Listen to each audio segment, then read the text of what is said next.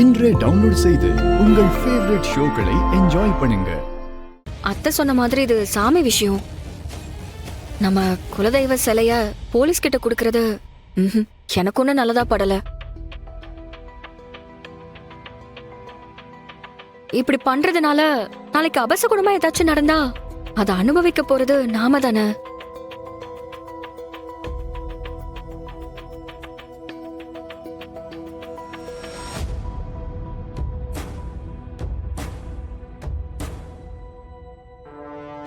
நீங்க என்ன சொல்றீங்க? அவங்கள எதுக்கு கேக்குறீங்க? அவங்க என்ன இந்த குடும்பமா?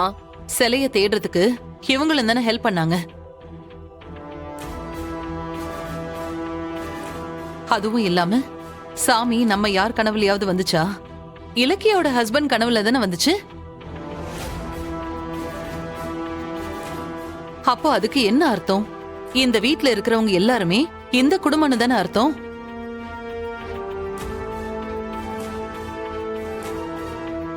இந்த வீட்ல இருக்கிற வரைக்கும் இவங்களும் இந்த குடும்பம் தான். சொல்லு சிவா, சிலைய என்ன செய்யலான்னு நீ சொல்ற? பிராக்டிகலா பார்த்தா நீங்க சொல்றது லாஜிக் தான்க்கா. ஆனா அது எல்லாத்தையும் தாண்டி நம்ம எமோஷன் ஒண்ணு இருக்குல்ல. நம்ம வீட்ல இந்த சிலை கிடைச்சப்ப எல்லாருக்கும் எப்படி இருந்துச்சு? அது மட்டும் இல்லாம இன்னைக்கு பாத்தீங்கல்ல, அக்கம் பக்கத்துல இருக்கவங்க எல்லாரும் வந்து இந்த சிலைய பக்தியோட வந்து கும்பிட ஆரம்பிச்சிட்டாங்க. அக்கா, நம்ம எமோஷன் முன்னாடி எனக்கு என்னமோ இந்த ரூல்ஸ் எல்லாம் ஒன்றும் பெரிய விஷயமா தெரியலக்கா. ஐலி, உன்னோட ஒப்பீனியன் என்ன?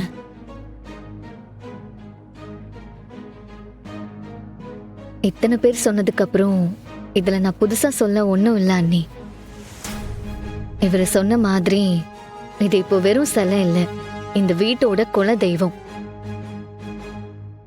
இதுக்கப்புறம் முடிவெடுக்க வேண்டியது நீங்க தான் அண்ணி. ஆனா ஒரே ஒரு ரிக்வெஸ்ட். என்ன?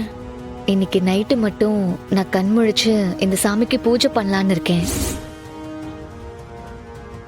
அதுக்கு நீங்க பெர்மிஷன் கொடுக்கணும்.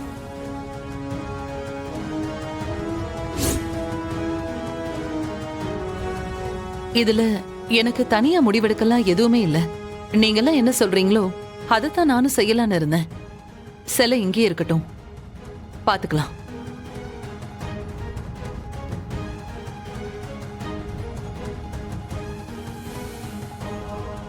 ஐலி, நீ நைட்டு செய்ய போறதா சொன்ன பூஜை இருக்குல்ல, அதை தாராளமா பண்ணலாம்.